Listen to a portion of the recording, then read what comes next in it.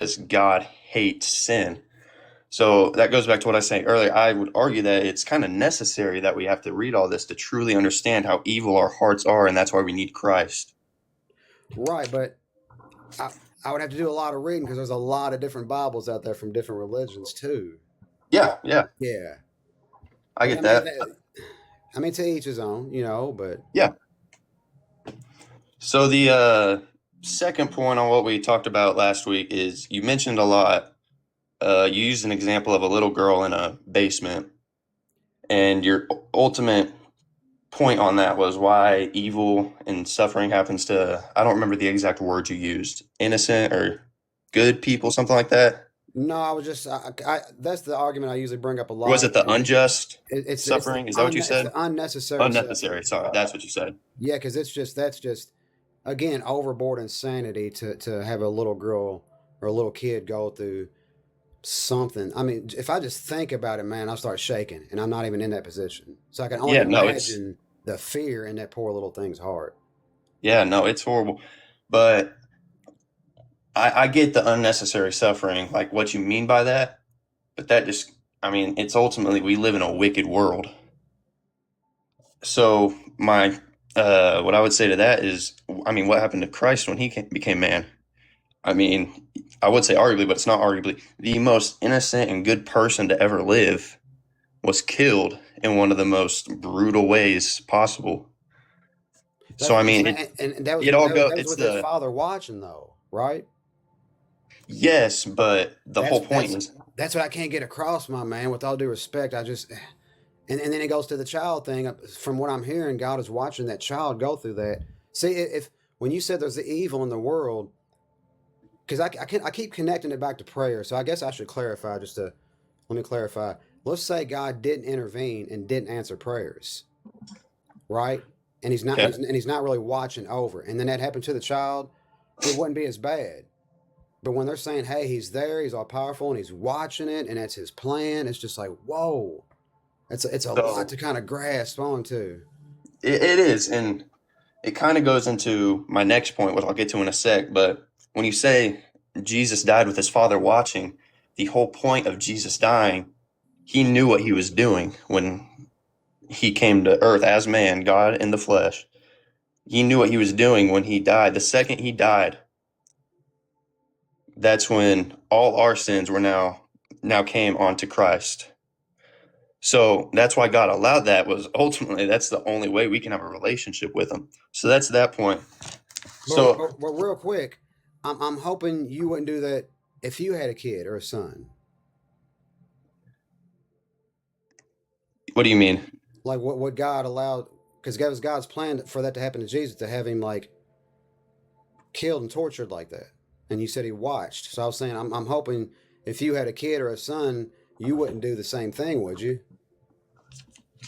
Well, I mean, in the sense of if we go and read about the crucifixion, I was hoping I for like a mean, flat out no, like absolutely not. I would not do that to my son. You know what I mean? That's what I'm kind of well, getting no, to. but that's I'm also not God. So I mean, Right, but I'm more selfish and I'm more no, yeah, that's what I'm saying. That's what I'm saying. Like if it was me watching that child happen, you would kind of come at me and judge me.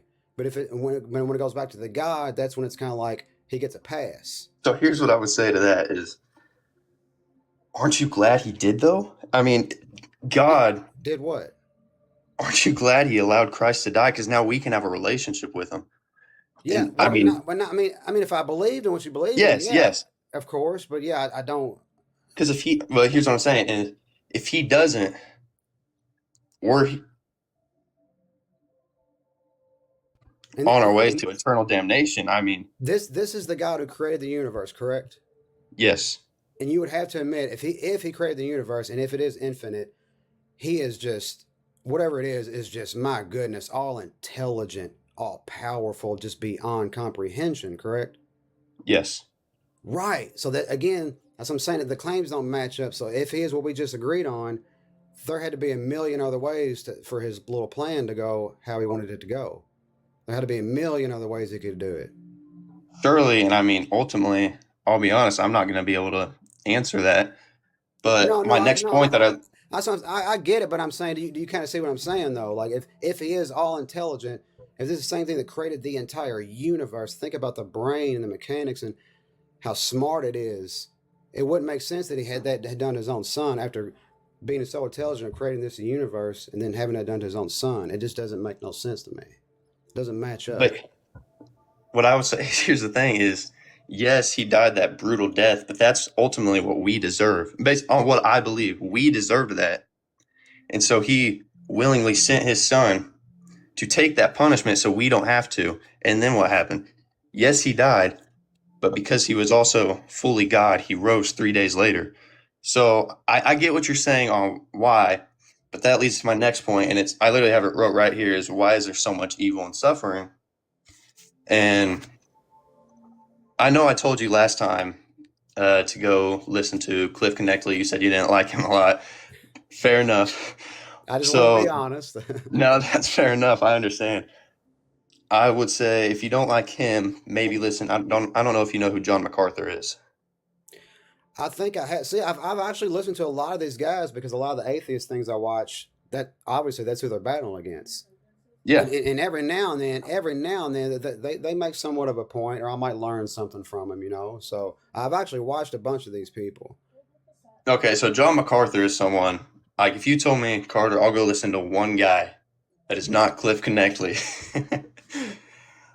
I would my pick would be John MacArthur. He's incredible. Or yeah, probably John MacArthur. He would be the guy that I would tell you to go listen to the most. But and you can find this video on this is where I get all these notes from on why is there so much evil and suffering. This is how he explains it. He says, God allows it so he can manifest his glory. Ultimately, everything is for his glory. And starting in Genesis, you'll find a phrase, and it's for the sake of the name, for the sake of the name. You find that all over the Old and New Testament. And I mean, ultimately, everything is for the sake of the name.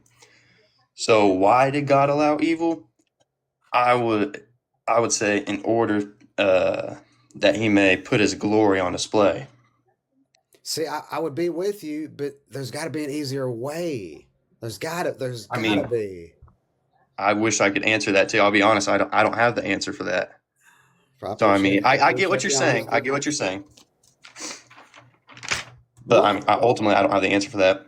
I But guess. when you think about it, if there is no evil, there's no sin. Then there's no forgiveness. Then there's no grace. Then there's no mercy. Then there's no compassion. Then there's no kindness. And those are God's most glorifying aspects. Is that He's so forgiving. His grace is amazing. He has so much His mercy. His I mean everything. Ultimately, it's all for His glory. And so God allows evil. God does not cause evil. Let's get that straight. Oh no, no. A lot of people's Absolutely is holy. a lot of people's accused me of that. I never said like God No, was no, like no. I'm not. intention. Yeah, nah. But I've always To been like, hey, clarify that. if he's looking, then hey, help out. Because I'm going off people's claims when this person said, "Well, God help me find my keys this morning," or "God help me so and so," "God help me so and so." So then I'm thinking, well, okay, obviously God can reach down and help out, and that's when I bring the kids up. So, Yeah. but yeah, because obviously the claim So is that he can intervene, so that's what I'm going off of. yes, yeah. But did you Ab- by chance hear the pastor's argument about that? I don't believe so. I wanted to get your opinion, and you're super cool, so I won't come at you any kind of way. But I asked him, I said, if you're God looking down and you're seeing a girl trapped in the basement, having what done to her, and then you're looking down at a Super Bowl game and the quarterback's praying to win the Super Bowl. I said, which one would you obviously help? He said, Oh, well, is this the last week when the pastor talked about this? Is yeah, that he said, what you why, were? yeah, he said, why can't we help? Why can't we do both? And it just blew me away. I'm sitting there thinking, what do you mean both? Like the child is being, you know what?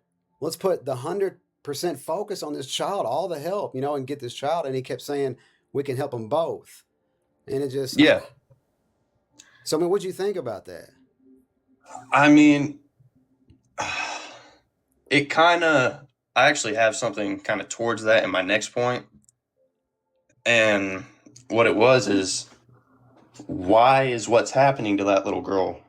It's gonna sound crazy, and but I mean, it's gonna sound kind of stupid and silly, but it's a very important question that we need to ask ourselves and answer truthfully. Why is what's happening to that little girl wrong? I mean, if there is no God, there are no moral absolutes. If there's, I mean, things just happen then. It's No, no, all no, personal opinion. If there, no. We're a fly on the wall. So we're watching this. I know it sounds disturbing, but we're a fly on the wall watching this girl go through this. Unless hypothetically, me and you don't believe in a God. There is no God. We're still seeing this happen to her. She's still going through pain. We need that to stop. well, that's So kind of what so I'm getting so so into. we would stop. So we would stop it, and that's the moral thing is to stop it because we see the hurt on her. We can see it. We can feel her pain when we imagine what she's going through. I feel like that's the I'm greatest reason right there. I'm glad you said that because I mean that get uh, was fixing to say if so let's say if I'm an atheist, I which you are, you have to acknowledge morality is relative, moral relativism, which means, I mean, come on, let's think about your position on what's happening, that rape, abortion, murder, whatever your position on all these is. Think about it. If you're going to be intellectually consistent as an atheist, you're going to have to acknowledge the fact that the opposite of your position, whatever your position is equally true, is equally valid. I mean, how on earth can we live that out? I can't. And that's one of my strongest pieces of evidence that indeed there is a God of some type. This has nothing to do with Jesus, but it has everything to do with, is there a mind prior to the human mind that creates and defines right and wrong, then gives you and me the conscience of, and by exercising our conscience in responsible ways, that's when you and I can begin to understand right and wrong, good and evil. So that leads back to my question: why is what's happening to that little girl wrong? On what ground is that wrong? That's what I was just telling you. I just explained it. I mean, we're watching it happen. We got proof that she's going through the. Or if I'm just punching you and it hurts you, I'm just gonna. I don't know. I guess it's common sense. I see you hurting. I see the look on your face, and you're telling me to stop. You're saying it hurts, so I would stop. I mean, I just feel like that's common sense. I mean, animals before we even arrived on Earth had this. Animals, and they don't even comprehend any kind of God. They don't even know what a God is. And animals were kind of now. Don't get me wrong. Animals do slaughter each other. Like I'll admit that they do, like horribly. It's so Yeah, sad. But I'm saying a lot of them, like the monkeys. I don't know, dolphins, maybe whales. Some of them get along really good, and they don't have no concept of God. So it's like a that kind of, learn. I So mean, so it's a learning thing over time. Obviously, to me, it's just obvious. It's something that's learned over time, and we know that again. It's just obvious. If we all kill each other, and nobody can reproduce, then we all go extinct. I mean, that's not good. I yeah, mean, but that's just, depending on who you are. I mean, yeah, fair enough. I mean, but that just goes back into moral relativism. I mean, so if you believe that, if I think the opposite, that's no, that's totally okay. I mean, well, I mean, let's be. to be honest with you, like I said, it's the whole belief thing I'm fine with, but it's when it's like if somebody walks up to me and is like, "Hey, do you believe this?" and I'm like, "No," and they give me a hard time about it. That's where the problem is. That's like my By main giving you a thing. hard time about it, what do you mean? Like if somebody's forcing it, like forcing it on me. But like somebody, like if you just believing in this or believing in a God, like I've said that many times on here, somebody just believing in it and keeping it private and personal, I have no beef with it at all. It's when it's forced on somebody. Or hey, John, you don't believe in that? And I'm like, no, and they look at me like I'm the weird one. So that's what I'm saying. It should be. I'm with you. It should be respect both ways. Yes. So after we kind of talked about that too, and then I went and kind of talked to a few people, a few friends of mine. And I talked to my dad about it, and uh, I mean, I ultimately get. I mean, I get what you mean. If someone's being rude about it, and they blatantly just say, "You don't believe in my God, you're going to hell. I don't want to talk." All this, and they're just being rude about it. That's different. It goes back what I kind of said last week. Is it would be to me, it'd be selfish of me if it's like if you and me drink poison, and I have the cure for it, and I don't share it with you or tell you about it.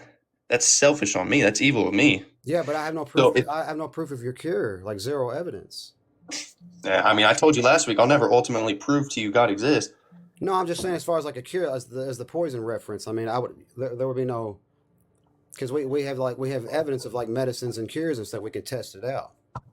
And again, I mean, and again, we got to realize See, it gives me anxiety, and not to be sarcastic, but if I looked at all the gods and had to just, it just gives me anxiety going through them all. It's more, it takes more stress off of me just to kind of throw it to the side and go, man, I'm just gonna be an atheist and just try to be a good person and live the best I can, you know.